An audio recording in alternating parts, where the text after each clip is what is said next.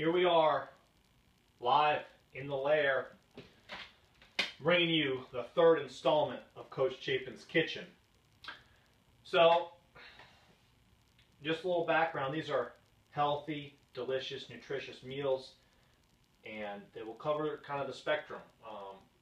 What I would say is that there's some people that are questioning, is this a paleo channel or is this a paleo episode? What's going to happen? Here's what I'd say. The paleo diet is a great lifestyle diet if you need to make serious changes to your body composition, your overall health, and wellness, right? So changing those things can do some great things, especially they've shown some great things, autoimmune diseases and things like that. If you are doing CrossFit, which most of you, I guess, are, or a lot of you are that are watching this, I would advocate, if you have a body composition that is desirable to you and that aligns with your goals, you're probably going to have to add in some carbohydrates so that you feel better, perform better, and don't get incredibly weak, tired, and run down. Because we're doing, in some people's cases, some pretty high volume training. I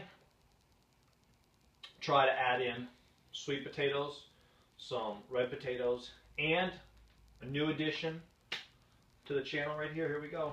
Bam. Rice cooker. So, in here, I have some non-GMO sushi rice cooking. I prefer to cook with a rice cooker. It's really inexpensive. It's like 30 bucks for one of these. You can also use it as a slow cooker. You can also steam vegetables.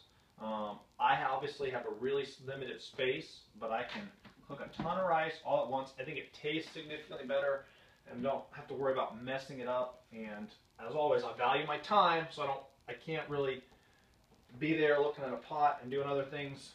So this just allows me, a lot of times what I'll do is to come home, put the rice in, after I train, go work out, shower, because it'll take a little longer, then I'll cook other food. But today, what we're going to cook, I like to think this is kind of my version of Chipotle. So I got a flank steak that's thawing in the sink. I'm going to put some pepper, green pepper, onion, and mushrooms. We're going to saute those. Now obviously this is a lot of food. When I make these meals, it's multiple meals. So this flank steak's pretty big, and I try to make it 2 or 3 meals, depending on it. But it's just, you know, if you're thinking about, do I need more carbohydrates? Should I eat less carbohydrates?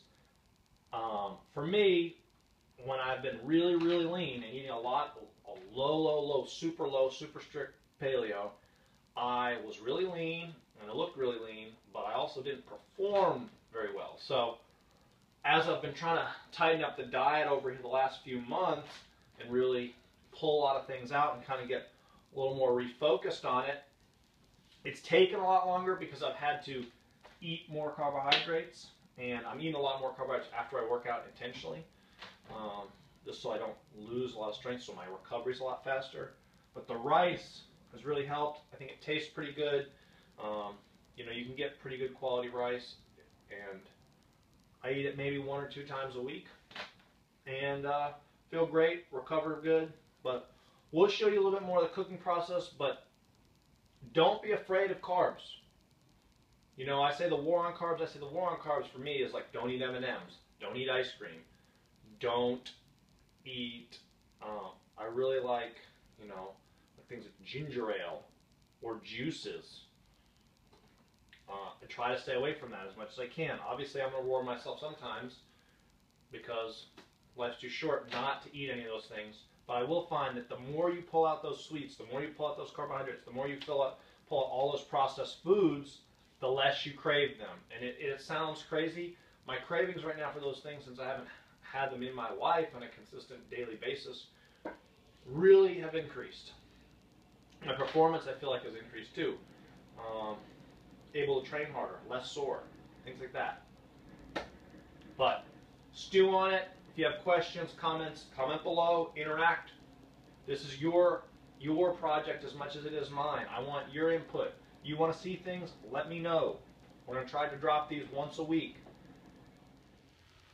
All right, guys, there's the flank steak in the grill pan. So what I'm going to do, I'm going to sear it on both sides and then put it in to my preheated oven.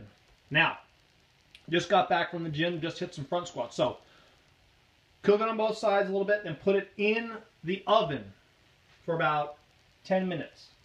I'm going to put it about 400. Now, what I would suggest is if you want to check, just buy a cheap meat thermometer. You can go to any kind of restaurant supply store and get those pretty cheap. But while that's in the oven, I'm going to jump in the shower, rinse off real quick, and give that time to cook. Guys, what we're talking about today, efficiency of time, efficiency of movement. We talk about that all the time in the CrossFit gym.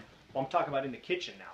So while that's in the oven, go take your shower, rinse off real quick, do whatever you need to do, then come back, use that time so you can sit down, enjoy the food, and get ready for whatever's next. So check back in. The veggies are going to go on a little later. They don't take very long to cook, so we'll see all that. Ladies and gentlemen, here's what you need to get. A meat thermometer. At a restaurant supply store, there's like $2. Makes your cooking a lot easier. No guessing on if the meat's cooked or not. So in here, got some of the veggies going. Put the lid on, it makes it cook a little faster. Got to hold off on the mushrooms because I don't want them soggy. Just getting this going. Obviously, you could feed more than one person. You can make this into anything you want. You get some gluten-free tortillas and make fajitas. Just kind of depends on the flavoring you're going with. The key, though, is, remember, variety is the spice of life. So don't think that one piece of meat only has to have certain types or flavors. It can be vastly different. It's all about experimentation. It's all about, you know, learning what you like, what the people you're going to eat with like.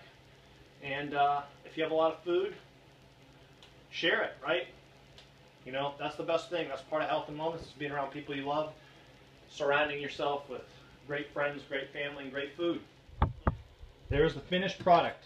One thing on flank steak. What I have this marinade in, a little teriyaki and soy sauce, that's it. Maybe a little onion powder, garlic powder. You want to cut against the grain. I'm going to let this rest.